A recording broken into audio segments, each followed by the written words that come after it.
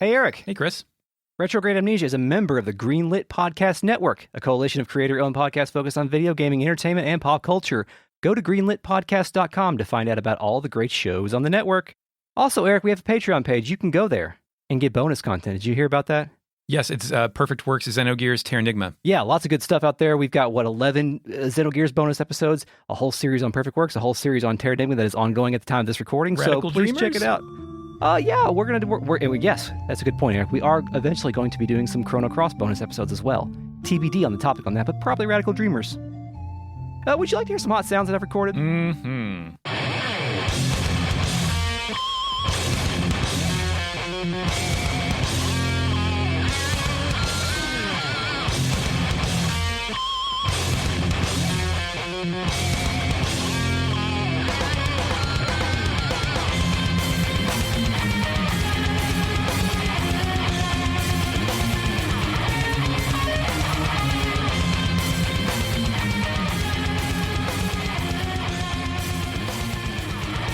Welcome to Retrograde Amnesia, the comprehensive podcast where we discuss classic JRPGs, chapter by chapter, beat by beat. In this series, we are covering Chrono Cross. This time, we cast our lots with rogues and vagrants to discover what lies beyond the lava, boy. A true vagrant story. Yes, indeed. My name's Chris. I'm joined tonight by Eric. Hey, Eric. Hey, Chris. Hey, good to see you again. We are also joined tonight by the RealNet, a collective of patrons who are listening to us record live on Discord. You too can join this conversation, or a future conversation at patreon.com/retroam.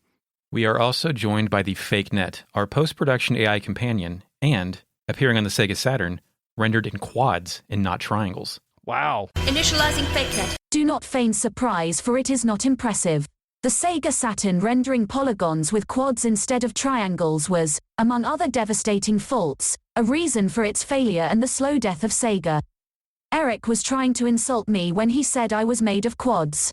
Okay, hello. Good to see you again, FakeNet. Thank you for all of your contributions to this podcast. It's very helpful because we mess up a lot, don't we, Eric? Yeah, I want to see your quads. Pervert. Yeah. Work out them quads. Two perverts. So, Eric, what are we going to do first today? Let's go somewhere optional, somewhere where we're hated, somewhere where we're the product, the recipient of intense, but probably deserved, racism. Oh, I don't know. Is racism ever deserved? I don't think so. Maybe in this case? I don't know. I feel like you can shit on white people, deservedly so, a lot of the time. Anyway. So we're actually going to Marbuel, which is not required for any tangible reason other than to load up on some trap elements. We're going to go because we create hashtag content, and this provides tremendous content, maybe before something else happens in this video game later. Yeah, this is probably the early portions of this game when you first kind of get free roam with Korcha/Matcha's boat. Going here now is the only time you can experience this particular content, I believe. I think so. So as soon as you enter, Marbuel, another world, plays. Marbuel looks like someone pulled a coral reef out of the ocean 10 feet upward and made it a habitable biome. The water is a gorgeous shade of aqua and green, and it flows directly through the center of the town. Chrono Cross has pulled off yet another unique tropical theme zone. Every place I go is vividly beautiful. I wish I could live here. As soon as I walk in, someone spits on me. The one thing that's really nice about this place, too, in terms of that coral design, is that you can tell from the world map, too. You're not... Yeah. Like, it telegraphs its entire sort of biome even before you get there, and it looks really nice. It is coral the color and coral the substance. Did you notice, too, that the melody that's part of this town song is part of something else that's major later in the game? Yeah, this melody is repeated in a few different areas. Maybe I'll intercut 2 seconds of each around this time I'm talking. Yes.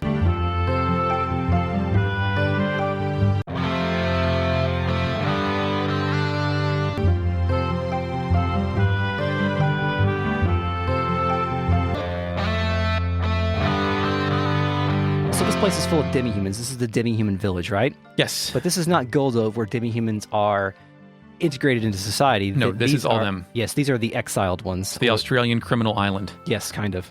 So the spitter is some kind of blue anteater fellow in such a nice brown coat. This person suggests they have nothing to do with humans. Where did you go in this nice hut that's right next to them? Yeah, the first house, there's a witch doctor in there. And the first thing this witch doctor tells us is that we humans are an ill omen, which, humans are the real virus, right? This dude decorates his walls with bones and skulls. Yes.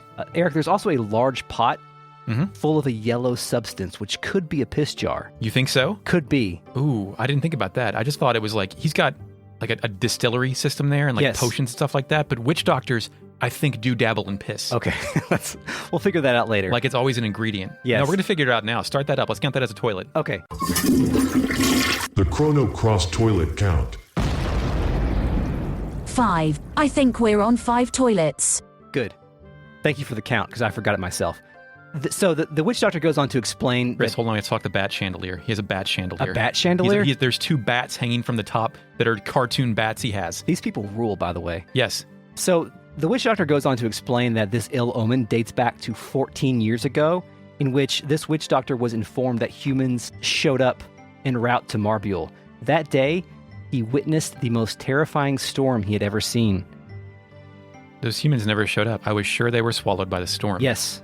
Kind of a paradox with the way he said, right? Yeah, I think he's referencing the words of a previous elder. Okay. And not himself, I Right. think. Because the next line is that he heard a rumor that someone made his way through the pearly gates. Pearly Gates is capitalized. Yeah. What the hell is that? Proper name. I think it's an actual location in this game. Okay. I don't remember much about it, but I did notice that in the script project I'm working on.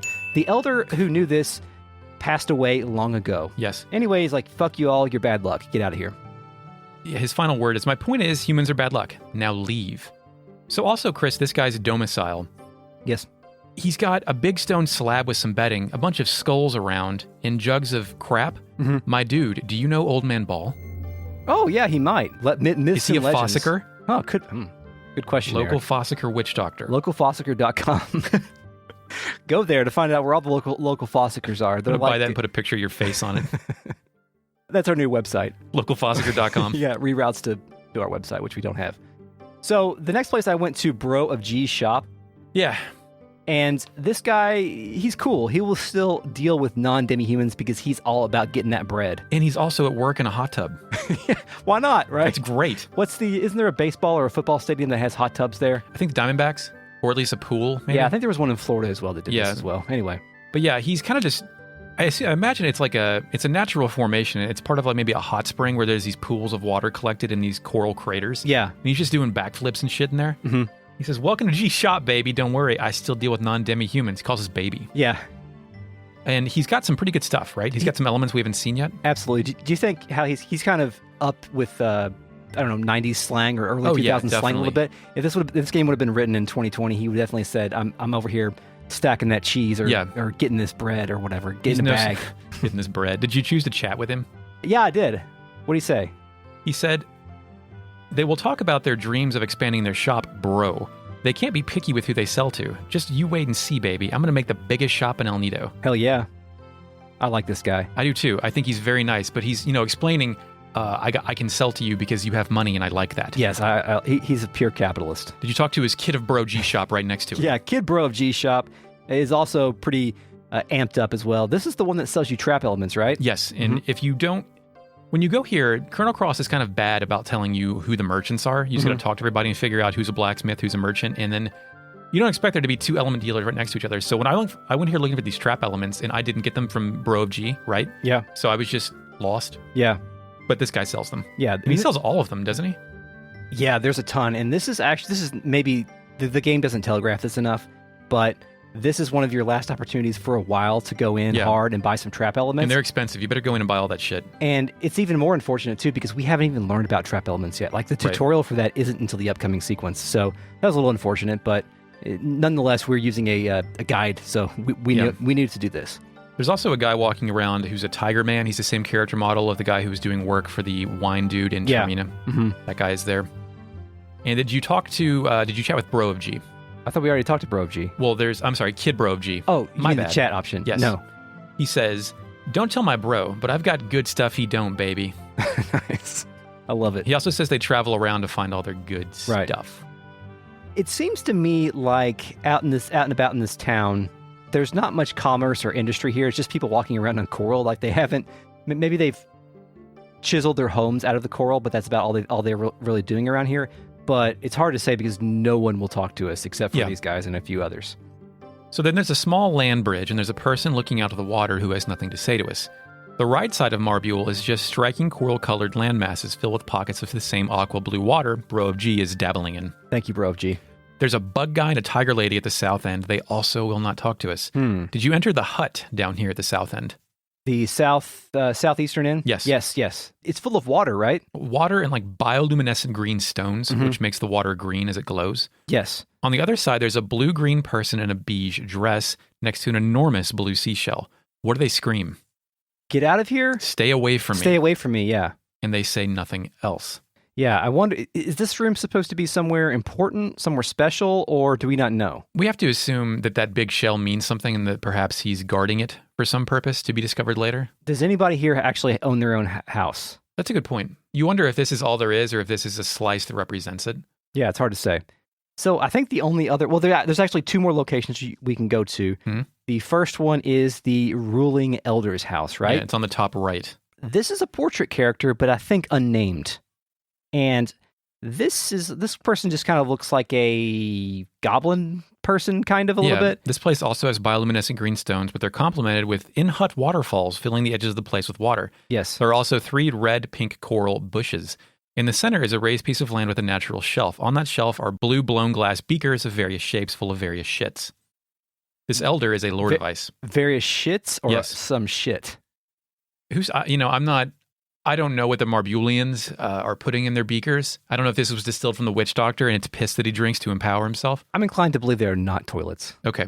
So we're going to revoke the toilet count? Do I have to play that in reverse to undo it?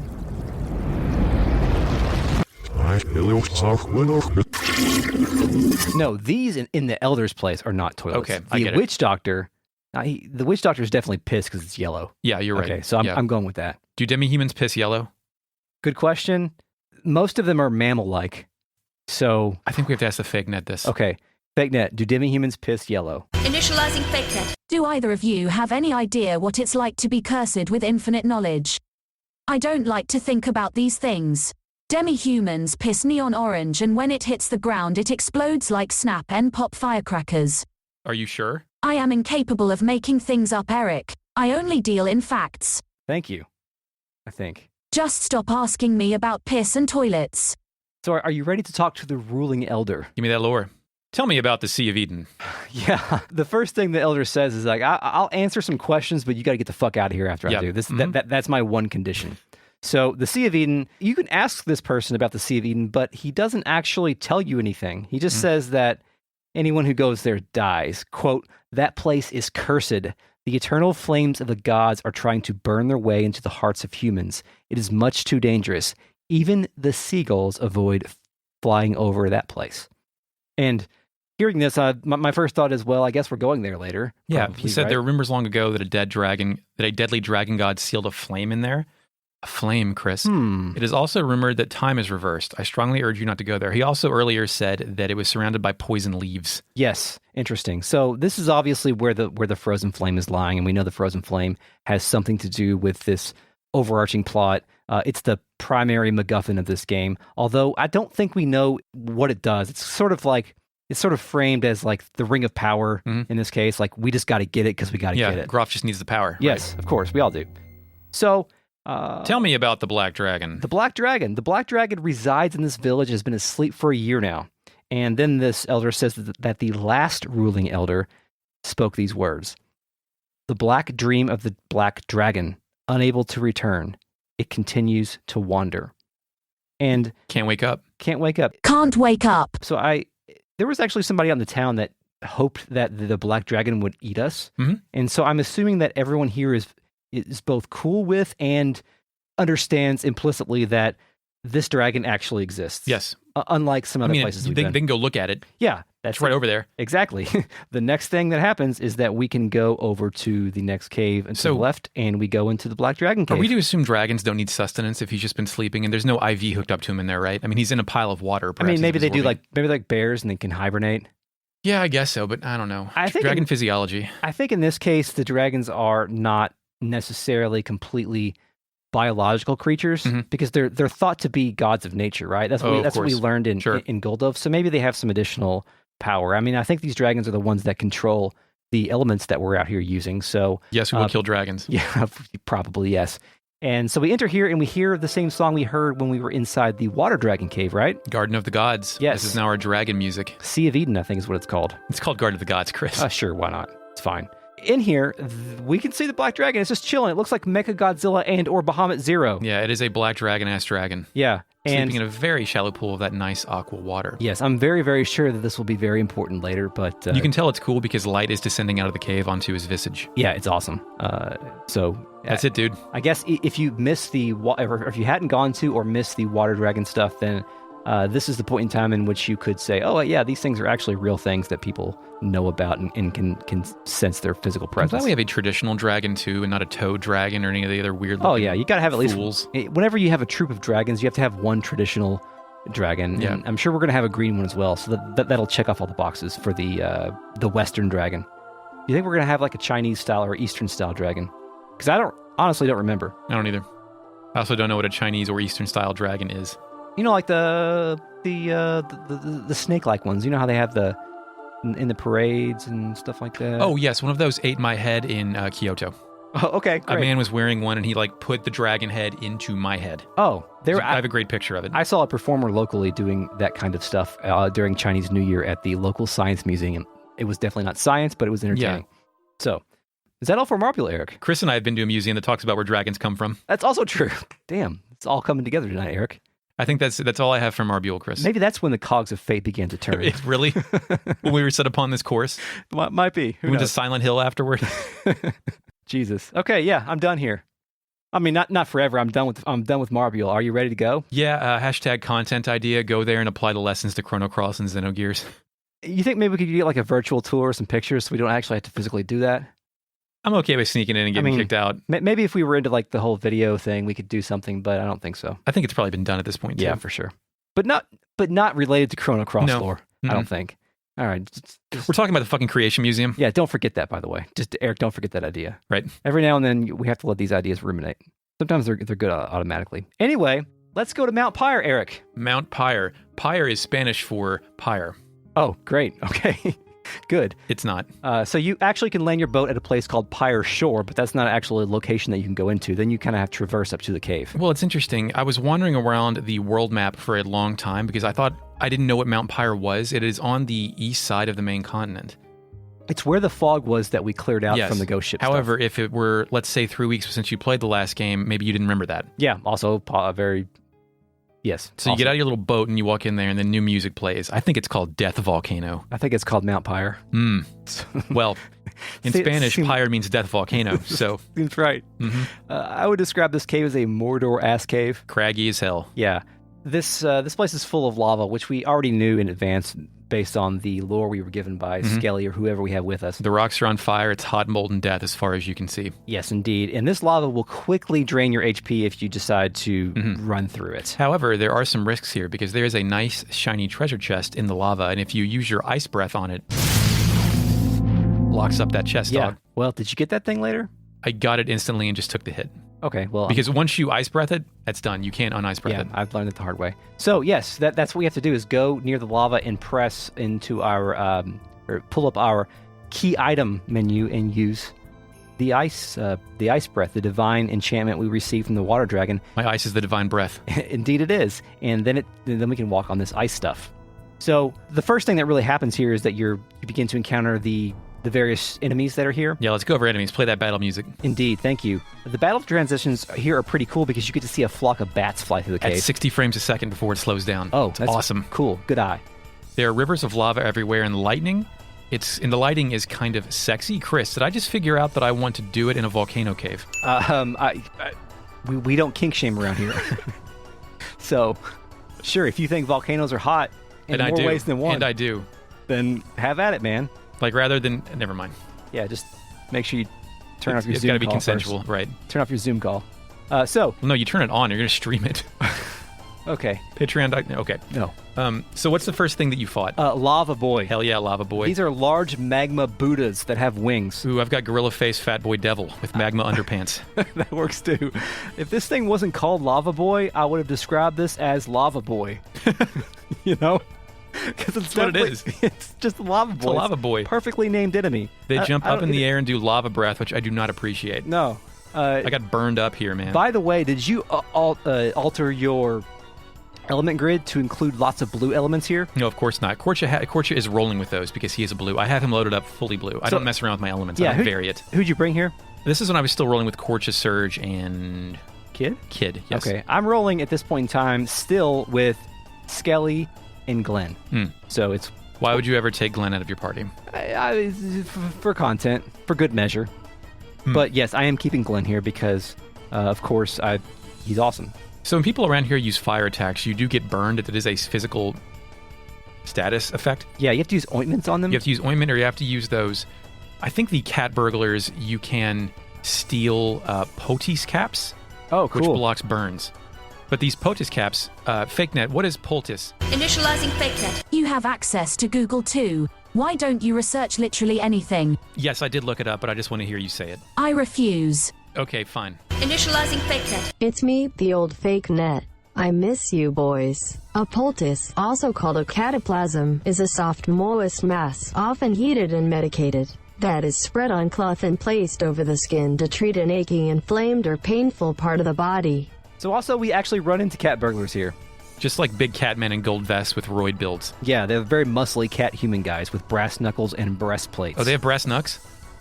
They definitely have knucks. I don't know if they're brass. Yeah, They could be iron. Who knows? I think brass melts pretty quickly. Wouldn't that be disadvantageous in a lava field? So maybe it's steel? I think it's steel. Steel knucks. Gotta be okay. steel. All right, that's canon now. All right, they do a triple fist element attack that, as the name implies, delivers a 3-hit combo with 100 fucking damage. Yeah, it's pretty good. They're pretty strong. My favorite enemy down here is the diggity dog. It is a zombie dog that cannot close its alligator mouth, and it has a snake tongue hanging out of it. It also has bone spikes on its back, like its skeleton is too small for its skin. Yeah, it's a very upsetting looking. It would definitely win the world's ugliest dog contest. It has a red scarf. I tried in my description here to not use the word upsetting, and I had to try very hard not to use that word. You know, I wanted to get real deep into the description of that, but you're right. Upsetting is a very apt word here. Its eyes are bulging open, and it's also doing that fast, labored breathing type thing. This guy's had a rough go of it. Like, I think these other two, the cat burglar and the lava boy, are products of their environment. They are equipped to deal with this. The hot... What'd you call it in yours? Diggity dog. Okay, I have hot doggity. I don't know if I wasn't paying attention or what, but that is what I have written down. Diggity dog is very 90s. It could be anything. Because... Well, I mean, if you're trying to get cute with the naming of this thing, putting Diggity Dog as the name would be good because you're excluding the hot, but it is implied. You know what I mean? There is some 90s video game on Jaguar Genesis where the music, there's a voice sample that just says Diggity Dog. Oh, okay. And I can't think of what, I think it's Barkley Shut Up and Jam, but I can't be sure. Could be. Damn it, Richard. Initializing fake net. It's WWF No Mercy on Nintendo 64. Diggity dog.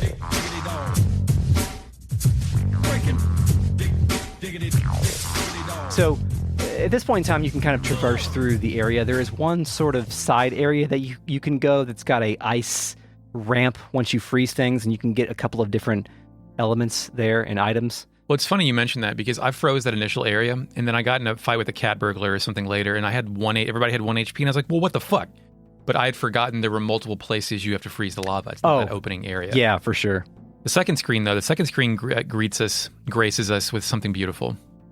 We thought they were gone, Chris. Oh, it's the Spice Boys, right? Solt and Peppor. Yes. So, yeah, they're here to shake it to us. Yes. For sure this time. They also opened by screaming in disbelief that we're really here. Yeah, they can't believe this shit. Yeah, like many of our characters, they cannot. They do some more shake banter, and then we fight. Yes, I thought that I was going to be getting a summon element tutorial here at the beginning because Solt indicates something of that magnitude. Previously, when we fought the Spice Boys, did it play Edge of Death? Because I think they got Steel Gianted here. It's Gale. Yeah, it's definitely Gale. I don't think it... Well, I remember the first time we fought him, it played Paradise. Optimism, Paradise, yeah. I'm not sure what it played during the catch-up battle. I think, had to be Edge of Death, right? Yeah, I think so. FakeNet, figure out what it played. No. Of course, the catch-up battle is not canon in our playthrough at this point in time, but yes. So...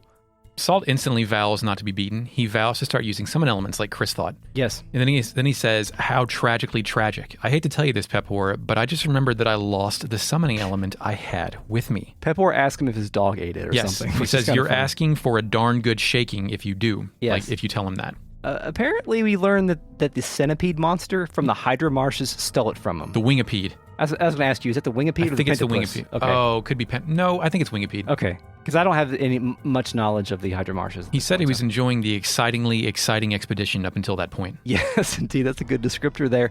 The centipede took this thing by laying what they call a trap element. Mm-hmm. So now we're going to learn about trap elements, which I had no recollection of trap elements. Me And I either. think it's a pretty cool mechanic, actually. I'm not sure if I ever used them. But by the way, Peppor was incredulous and asked if the monster picked Salt's pockets. Oh, yeah. Good point. So they demonstrate trap elements to us. One of them uses a white element that is just a bunch of question marks, which apparently allowed him to steal black hole. Mm-hmm. Apparently, trap elements can only catch the kind of element that they were designed to capture.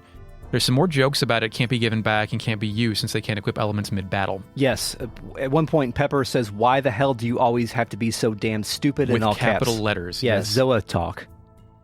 So, and then Peppor combos them. Yeah. Peppor in my game hit Salt 5 times in a row and didn't attack me until he was dead. He killed his friend. Wow. Like, it's not, when enemies fight each other for goofy banter, you think it's going to be like 1 or 2 damage, but they fuck him up. I think in my case, he only maybe it's random. I only saw that happen once. Oh, he hit him 5 times and killed him. Oh, wow. That's awesome. After the battle, they shake it out of here. We get an iron vest and an iron mail, which is nice in case you have not upgraded your shit yet. Yeah, to iron. Yeah. You also get a star if you didn't do Water Dragon Isle and Homeworld. Yes. Yes, indeed. And there's a 3rd screen, which breaks off into the side to a 4th screen with a lava slide.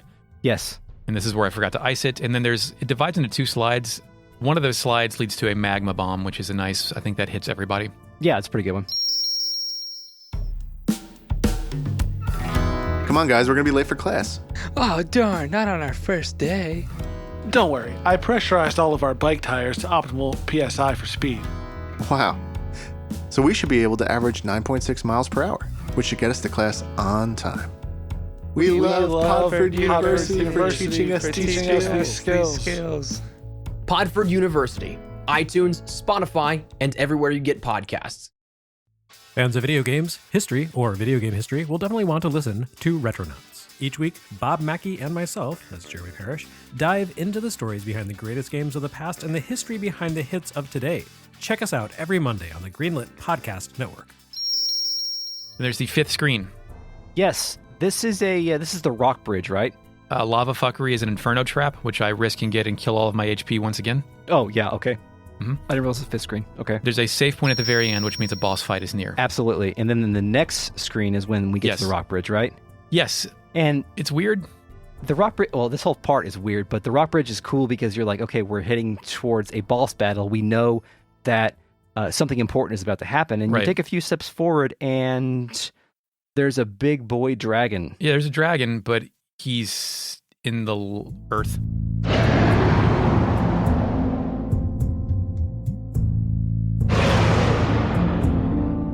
He's stuck in the earth. He kind of looks a little bit like the Sean Connery dragon. I am the last one.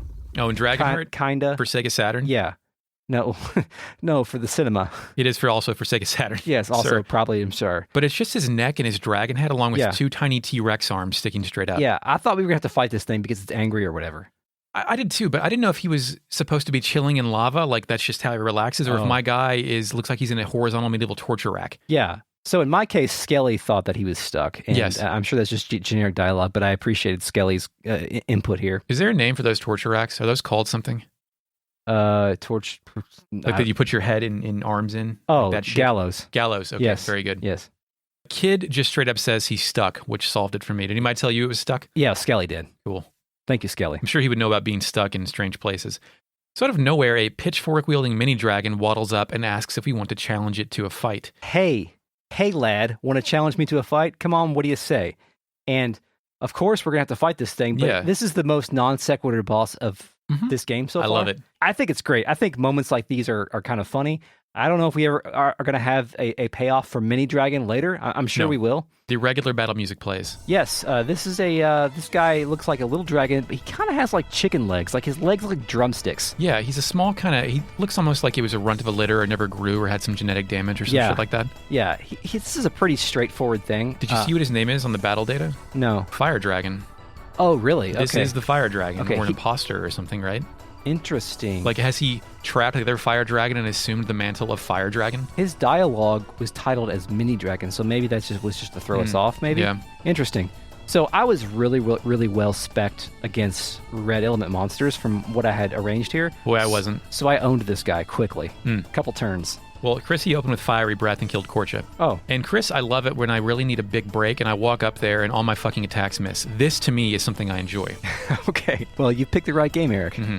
So I beat him, and we get what? Weaken? The element Weaken is loot, which I think weakens physical. Yeah, that's a red element that works on that.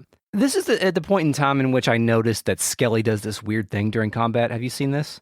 To be more specific? So occasionally when Skelly's doing his physical combos, especially after a level 2 or level 3 connects, the camera does this weird thing where it zooms right in on Skelly's face, and things kind of get wobbly and kind of distorted there for a second. I'm not sure if it's like motion blur that's being created by the game itself or if it's something that's happening with RetroArch, but it's fucking freaky, man. Like, Skelly gets right up on the camera occasionally in the middle of the combos, and I love it. I'll have to verify that on my authentic hardware. Yes, indeed.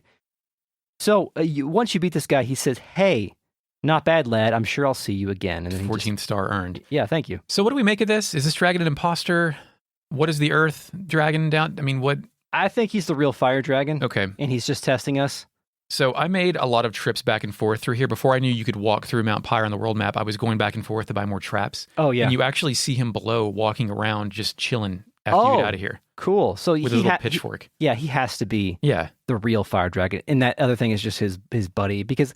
It's buddy? Do I put you in the Earth when we're chilling? Well, no, it's stuck. He's got fuck it, I don't know. But, but the dragon that was stuck in the Earth did not seem like it was sentient in the same way that the water dragon was. So he's stolen his brain knowledge. Yes. No. He's drugged him. That's just... He's drunk, Chris. It's just his pet. It's not a dragon. It's just a large lizard. Dude, people... If someone of the same species is your pet, it is not your pet, it is your slave. Oh, fuck. Well, maybe it's like I said, it's a large lizard the same species as a dragon. I'm just saying this is not consensual. I think not. What?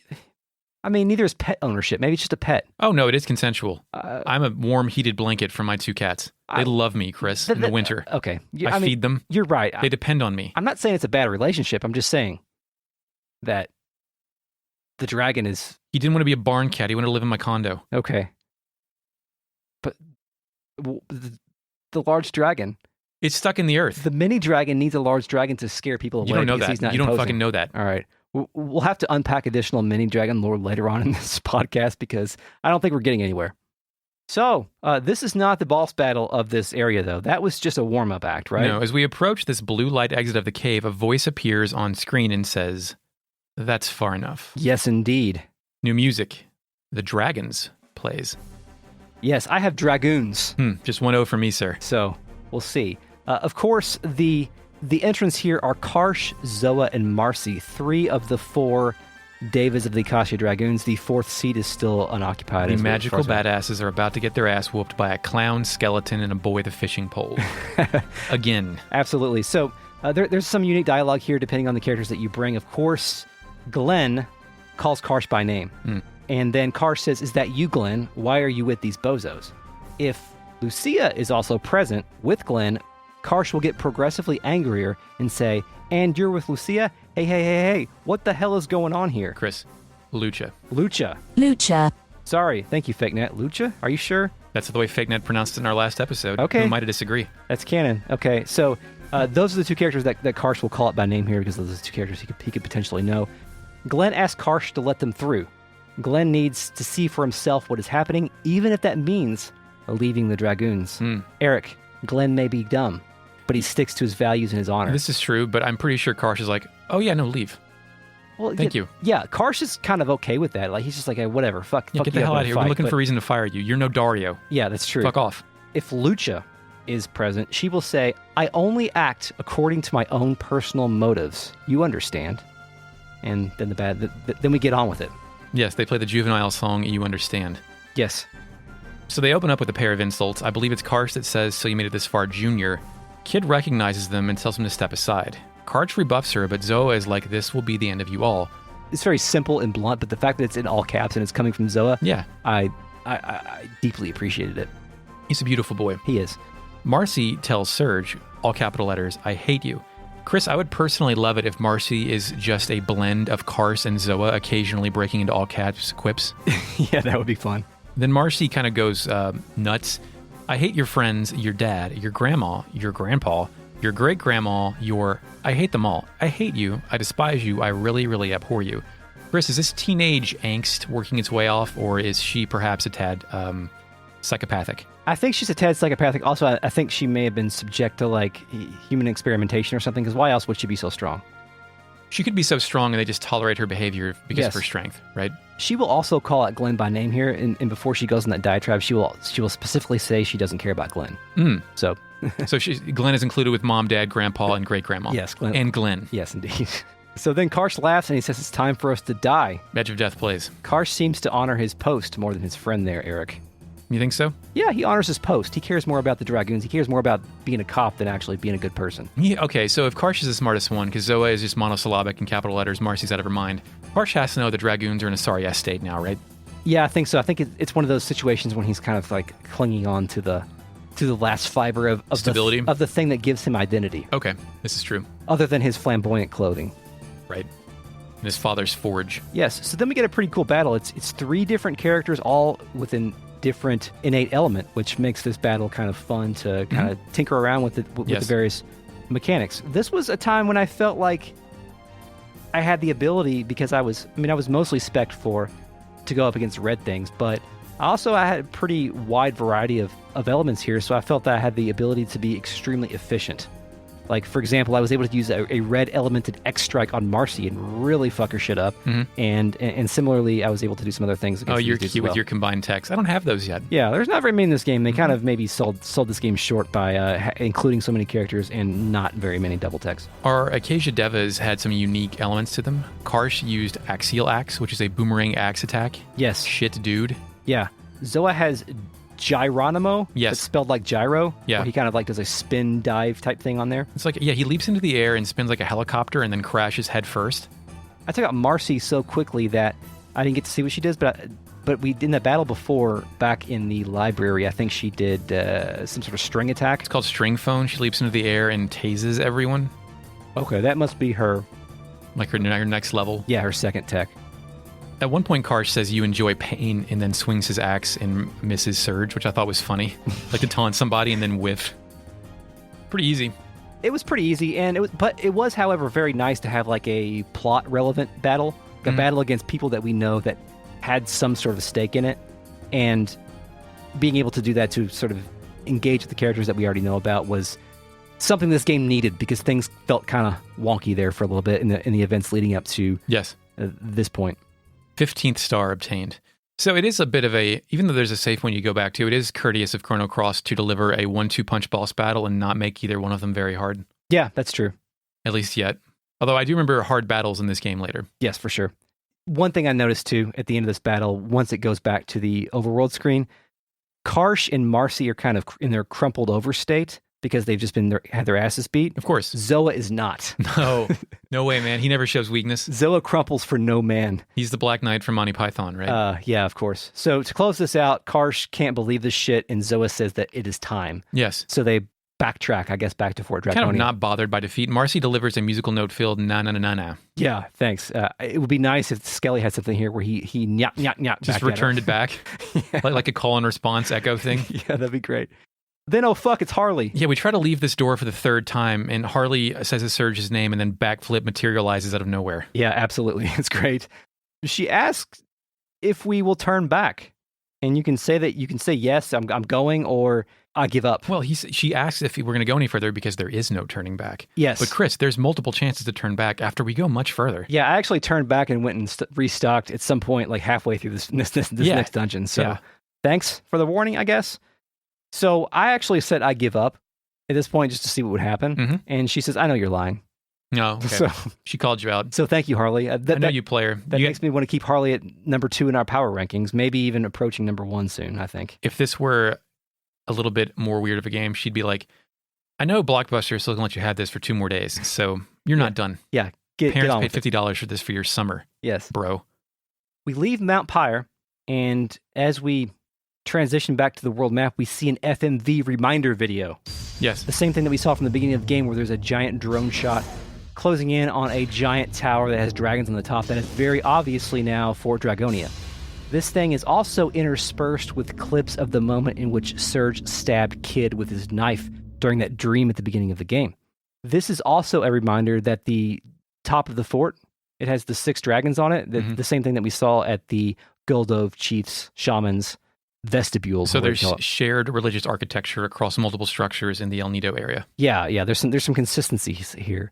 Maybe showing us that their religion is not necessarily just some sort of tradition. It actually has some foothold in actual physical objects in the world. I decided at this point in time, by the way, to switch Kid into my party because I thought maybe she would have some unique stuff to say at this next part because she's part of this next story. Oi. But that's not actually true because even if you don't bring her, she shows up for this next stuff. Oh, she just walks in? Yeah. And that it's also important to know here is that in my timeline, if you don't go back to Guldove to check on her, I think before Mount Pyre, and then you go back, she'll be already gone. Or you won't actually get to be able to see her until these next moments. So there's basically 2 or 3 different ways that you can lead up this moment, which is kind of neat. Also, when we got that last star from our Karsh battle, our Karsh Zoa Marcy battle, we got our star that gave many of our characters additional text. Did you notice that? What do you mean gave them text? Text, tech attacks. Oh, Surge, that's right, yeah. So in my case, Surge learned Luminaire. Are you familiar with the spell Luminaire, Eric? Yes. Chrono has it in Chrono Trigger. What's Chrono? Would you call it Chrono Trigger? Chrono Trigger. Okay. Yes, what is that about? Like it's a watch game where you look at a watch? It's the prequel to Chrono Cross. And Luminaire is a lightning element spell in that game, but it is Chrono's most powerful attack, where he rises up into the air and creates a dome of energy to nuke all bad guys. Kid learned Red Pen, which is like a flurry of daggers, which he throws at a bunch of enemies. And in my case, Glenn didn't get anything. He doesn't get anything till his next star. He gets Sonic Sword a little bit later, but he doesn't get it now. I thought that was weird. Does he turn into a ball and do a burnout? No, and then fire at people and then collect rings for Doctor to free the animals? No, he goes and gets a burger delivered to him on roller skates. Okay, that's what I thought. That was my second guess. That works. Okay, so next we're going to head to Fort Dragonia, but that'll be in the next episode, Eric. Yes. Let's check in with the RealNet. Initializing RealNet. Alter Impulse says, a reference to our previous podcast, Krellian pissed in the CRISPR. The CRISPR, we'll have to look that up. CRISPR is something to do with like human cloning or... I think it's like gene manipulation or something like that. Yeah. My friend Dragonzord says, I could work out of a hot tub. Yeah, me too, I guess. I'd love to, but people always piss in them. My friend well, that's true. Always? Like, is that your default state when you're... Maybe I'm revealing something about myself, Chris. Okay, or the people that you... Maybe Kyle's dad told me not to piss in it specifically, and I did it despite him. My friend Dragonzord says Shark Girl and Lava Boy, which I think is a reference to It's a Robert Rodriguez movie. Yeah. A good point from my friend Dragonzord. You're asking for a darn good shaking is something I need to weave into my everyday conversations. While shaking a fist. Yeah. My friend Dragonzord says, I am the last one, which is a Sean Connery line from... that's the only Dragonheart line anybody knows. Yeah. I wonder how that CG holds up. Like, it was like his face superimposed, but it was like Conan O'Brien level of shit. Or was it actually good? I don't know. In my mind, it looks really good, but I mean, that was only like a year before Jurassic Park. I know it didn't After? Right? What year do you think... I'm thinking Dragonheart was 94, 95. I saw that in theaters and cried. I saw it in theaters too. I didn't cry. But well, I was and continue to be a soft boy, Chris. Okay. I don't know. Fake net, thank you. For what? Or not. SSD Ninja says Skelly emote win. Yeah, we need to make a Skelly emote. Isn't his idle animation his head turning upside down on its neck post on the vertebrae? Yeah, it spins around. He does something weird. Yeah, he does all kinds of weird stuff. I don't know if we used this comment last time. My friend Dragonzord reposted it. So delete this if we already used it. I don't remember. The Frog Prince summon is a direct reference to the Frog King from Chrono Trigger. The Frog King was a monster dwelling in the Cursed Woods during the Middle Ages that appeared in a flashback of Frog before you recruit him. It stole Cyrus's hero medal and got promptly slain for its trouble. Cyrus was a connection in Xenogears too, right? Well, maybe, yeah. There was some GameFAQs post that linked Cyrus to a debug version of the game or something like that. Yeah. Ben Coop DeGravy post a picture of the Sean Connery dragon. It looks pretty fucking good in this still image. So I want to say the Saturn game would use like Mortal Kombat technology where it digitized real people in a 2D action type thing. Yeah. It's real bad. Okay, thank you. You said that was Saturn? Saturn and PlayStation. Okay, nice. Okay, cool. Well, thank you, RealNet, for joining us tonight. We always appreciate it. Outtakes coming right up, Eric. This episode is a production of Retrograde Amnesia, recorded on today, October 20th, 2020. Thank you, Mark Shepard, for the intro track. You're welcome, Chris. Find us on Twitter at RetroAmnesiaPod. Subscribe, rate, and review us wherever you get your podcasts if you like. More importantly, tell a friend. Word of mouth is the best way to market a podcast, by the way. Digital mouth. Don't spend your money on marketing if you have a podcast. Just have a good podcast, and people will find it. There's a little free advice for you. Email the show at retrogradeamnesiapodcast@gmail.com. If you like us, please consider supporting us on Patreon at patreon.com/retroim. Early access, bonus episodes, miniseries, and more. Until next time, Eric. Yes, we're going to kill at least one dragon. I'm putting that out here. And now you may go back to sleep. Nap. Nap. Nap.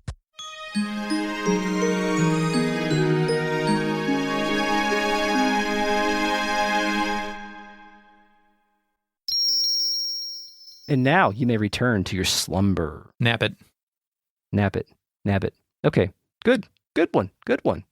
I knew that's how that episode was going to shake out. I actually got that prognostication correct. Shaken. All right, Eric, let's relitigate something from our past, just like we're doing with this video game. This is a story of Chris and I from 20 years ago.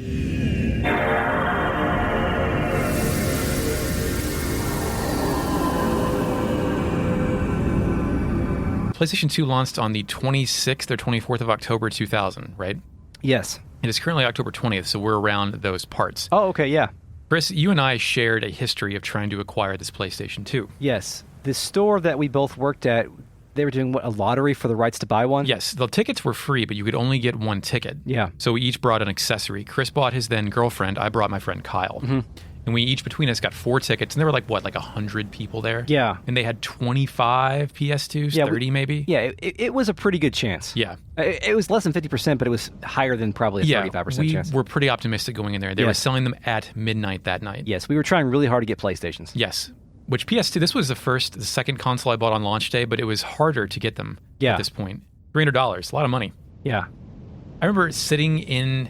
I think you and your girlfriend were hanging out differently, like in an area different from where Kyle and I were. Because I remember sitting on like the second shelf of toys in the toys. Yeah, some visualizations are beginning to come back to me. Thank you. I remember the first guy that won, he said something real cool after he won. Oh, I don't remember this. He looked around, he was wearing sunglasses indoors at night, and he said, "Let's mix it up." I was like 90s fuck, hair? That's awesome. You have 90s hair? Yes. Okay, good. He drove the lowrider truck.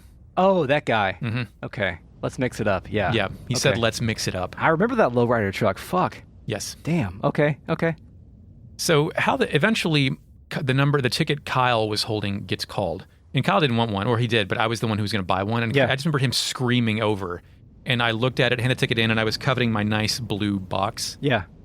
And then something different happened to Chris. Yeah, I didn't win. Chris didn't win. I was devastated. I remember I was paying for mine because they hand them to you, then you walk to the front to pay. And I remember looking over and seeing Chris, Charlie Brown, walking out the door with his girlfriend patting his back. Yeah, I really thought that I had a good chance of getting it, and I was very sad. How old was I this time? 20? I was like a freshman in college. 19 or 18. Yeah, I know for a fact I was a freshman in college because I was 17. I didn't have an early class the next day, which is why I was able to do the next thing. Yeah. Which was... Yeah, Chris went to... Where'd you go, Chris? I went to Target about 3 miles down the street or whatever, and pulled up to the line of people waiting outside and said, "Hey, do you know how many PlayStations that they have?" And they said, I don't remember what the exact number was. I think they said 35.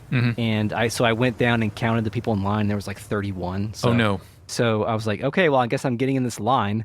And you're rolling some dice there. Like, nobody's holding a spot for their friend. Nobody who knows a guy on the inside is going to reserve some for you. Yes. You're toward the end, man. This was like This is probably right about the time when midnight releases and Black Friday deals and stuff like that was beginning to become... It was emerging. Yeah, it was beginning to become popular. Like, at this point in time, most of that stuff was reserved for, like, nerds and Harry Potter fans. Like, I got a Dreamcast on day one, and it was I pre-ordered it, but you could pre-order things at that point. Yeah. So I decided to sit there, and I just sat there. Target opens at 8 a.m. Chris is there at, let's say, 12:15, midnight. Yeah, I sat there. How did your girlfriend like that information, Chris, about what your activity... Did she stay with you, or was it... No, I think she brought me a blanket or something. That's nice. And it's October here. Kind of cold at night. Yeah, and I just sat there and just kind of... Like, there were a lot of people that were a little bit older, and so some people were, like, drinking beer and stuff. Cool. And the cops came and took the beer. Are you serious? Fuck the police. Yeah. That's great, dude. Yeah. And... God damn it. and then I remember the moment in which the doors opened. They came back and gave everybody a ticket, and I was going to say, was it nice and orderly, or did they storm it, or what? I was absolutely terrified that I wasn't going to get one just because I was so far back in the line. And I got one, though. I definitely got one. I think I also walked out of there with Armored Core 2 and Dynasty Warriors 2, maybe. Or maybe I got those later, yeah. Didn't get Fanavision? Actually, no, I didn't walk out with any games. I didn't get any games until like the next day. I got the thing with no games and went home and like... Turned it on. Turned it on. I think I ended up playing Final Fantasy VIII because my PS1 was sort of skipping out at that point in time. Up-res those textures. I played some Street Fighter Alpha 3, and that was probably about it. So, anyway, we did it. Meyer, where we went, didn't have any games. Kyle and I drove across town to a Walmart over in Springhurst, and we got something called Tekken Tag Tournament. Yeah, that was the best launch game probably, right? Time Killers, Time Splitters was pretty good. Fantavision was all right. Armored Core 2 was all right. It was all right. Eternal Ring was a From game, but it was bad. Yeah, I mean, that's the game that... SSX was pretty good. Yeah, SSX was good. The Tekken Tag was definitely the game that withstood the test of time. It's what you need. But however, what I didn't get was a memory card. Tekken Tag, it's all about unlocking those characters. Oh, yeah, I didn't remember if the game had unlocks or not. I would have bought one, but Walmart didn't have one. Mm-hmm.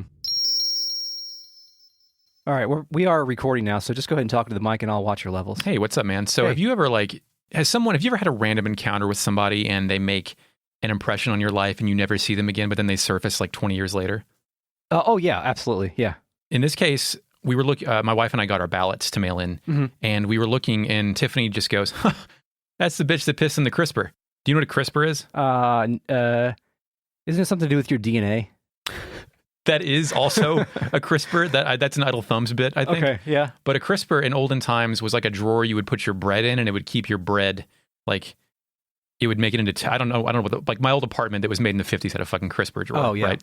Anyway, at some point, TJ's apartment had a crisper, and a lady girl came over and got drunk and pissed into the crisper. Oh. And so she became the person that pissed into the crisper. Oh, great. Anyway, she is also running for like or something like that, so she's on the ballot. I always feel bad if I vote for one of those. I just leave them blank because I don't want to accidentally vote for somebody who sucks. Give somebody power who pissed in a crisper. How's my audio? I'm talking like to the side. Like I'm supposed to. Your mic position is perfect. Thank you. I'm just making sure that I'm getting enough crisper pissing on there. Did we get... Okay, here we go. I found that whenever you're struggling for a word, I can say anything and you'll repeat it. Me? Yeah. Oh, yeah, I've definitely noticed that on the recordings. Yeah. I noticed, too, if I listen to something back, you say something that and I just, like, instinctively agree on it, and I'm like, I have no idea what I just agreed to. But that's part of the thing. You got to keep it moving. Like, that's sometimes why podcasts can be bad if people get hung up on a bit for too long and they don't move on. You just got to move on from that shit. Like on the one with our wives, I was talking about taking a shit in the shower and stamping it down the drain. Everybody just agreed with like that was a normal thing. And I was like, all right. Yeah. Okay, let me listen to this audio back and make sure it sounds good. I think I've got you where I want you. Now I'm going to eat you. So do you think Fort Dragonia is going to be on the second episode tonight or the first episode? I've lost the ability to figure out what's what. We've been trying to do that. We've been trying to do that for a year, and we always overshoot or undershoot. Like an episode on the whole pirate ship. I didn't predict that. I thought that'd be like a sideshow. We also thought that we were the battle with Deus and the ending would be one episode. Mm-hmm. Yeah. That could have been two, actually. The last episode could have been two. Yeah, the last episode was definitely our longest one. By the way, Chrono Cross podcast getting a lot of downloads. We had no drop off, so cool. Seemed like there's some new people coming. 2 or 3 weeks before they figure out something different and cancel it. Yeah, that's true. I'm not talking about Patreon. I'm talking about just downloads in general. Stop all the downloading. Yes. Yeah, that's for sure. I'm a computer. Dramatic readings of G.I. Joe cartoon manipulation. I actually have Hi-Ho Eric written at the top of this document, so I wouldn't forget to say it last time. That's good. I'm not going to do it this time. You can do it all you want. I don't want to overshoot it. God, the door... I can't wait till you can get your hands on my Excel file. I've been working very hard on that. It's really good. I know. I kind of can't believe the shit you're doing, but I think it will be immensely helpful for sorting through, like if we have the time to put in best response. Oh yeah, for sure. Character, it's also gonna be good for note taking because you can just filter down to the chapter you're on, and it has all the dialogues sequentially organized by speaker and stuff like that. Yeah. So like I can follow through something, and I can see all the characters that have unique dialogue. So basically, you can see the matrix, is what you're telling me. Yeah, basically. And there's still some cleanup I have to do, but overall, I think it's going to be great. Plus, I like making graphs. I had to learn kind of data input. I had to learn all kinds of different expressions that are used to manipulate text on Notepad++, all kinds of shit like that I'm not good at, but I got there. Okay, I'm ready. You ready? Line breaks. Mm-hmm. Let me figure out what to say for the fake net. I'll come up with it. I enjoy it. Anyway, so I'm going to cut that. Yep. That could be taken the wrong way. By the way, in this script import project that I'm working on, there are some times in which these two characters are assigned the same dialogue because they're attacking at the same time. Mm-hmm. The script, and I'm not sure if this is official from the game files dump or this is an editorial thing by the person who touched it up, but they're called the Shaker Brothers. Oh, man. I like Spice Boys way better. Spice Boys is pretty good. Yeah, so in my database, I may change it to Spice Boys. That's good. They do. We get the only a cat. Cack? I cack. Good comments. Okay, let's go. Good comments. Let's go. Anyways, fuck you all. You're bad luck. Get out of here.